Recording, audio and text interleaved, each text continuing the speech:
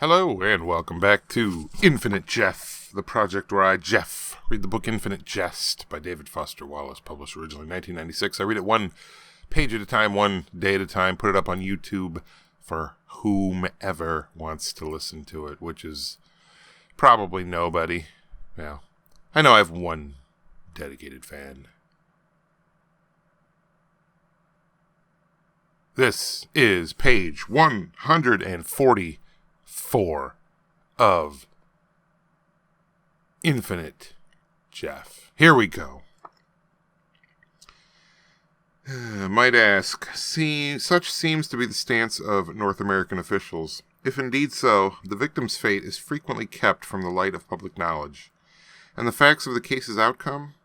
The 46-year-old deceased woman's formerly active, alert brain was removed and dissected 6 weeks later by a Brigham and Women's City of Boston Hospital medical student reportedly so moved by her terse toe tags account of the victim's heartless fate that he confessed to moment a temporary inability to physically wield the power saw of his assigned task. Section break. Okay, this is an alphabetical tally of separatistier anti-ONAN groups whose opposition to interdependence/reconfiguration is designated by the RCMP, that's the Royal Canadian Mounted Police, and USOUS, which I don't quite know what that stands for, as terrorist/extortionist in character. So it's a legend, and Q equals Québécois, E equals environmental, S equals separatist, V equals violent, V equals extremely violent. So they have l'Association des Fautoirs Roulants, which is Québécois, separatist, and extremely violent. You have Les Blocs Québécois, which is Québécois, separatist, and environmental. You have the Calgarian Pro-Canadian Phalanx, which is environmental and violent. You have La File de Montcalm, which is Québécois and environmental. You have La File de Papineau, which is Québécois, separatist and violent.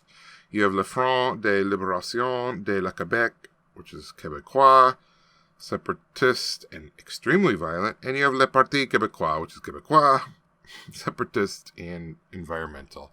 So it's like giving you a list of these Canadian separatist groups, and then a little legend to tell what exactly kind of terrorist activities they're into, I guess. So, and then this part is all cap locks. So it says why in the early days of Interlace's interneted teleputers that operated off largely the same fiber digital grid as the phone companies, the advent of video telephoning, aka videophony, enjoyed an interval of huge consumer popularity. Callers thrilled at the idea of phone interfacing both orally and facially, the little first-generation phone video cameras being too crude and narrow-apertured for anything much more than facial close-ups. On first-generation teleputers that at the time were little more than high-tech TV sets, through, of course, they had that little intelligent agent homuncular icon that would... It's a postmodern masterpiece. What do you want? It's jumping all over the fucking place. But that was page 144 of this postmodern masterpiece. Infinite Jest. Here on Infinite Jeff. That's why I call it Infinite Jeffst when I'm feeling saucy. But I'm not feeling saucy right now. I'm just mainly feeling tired. So, good night.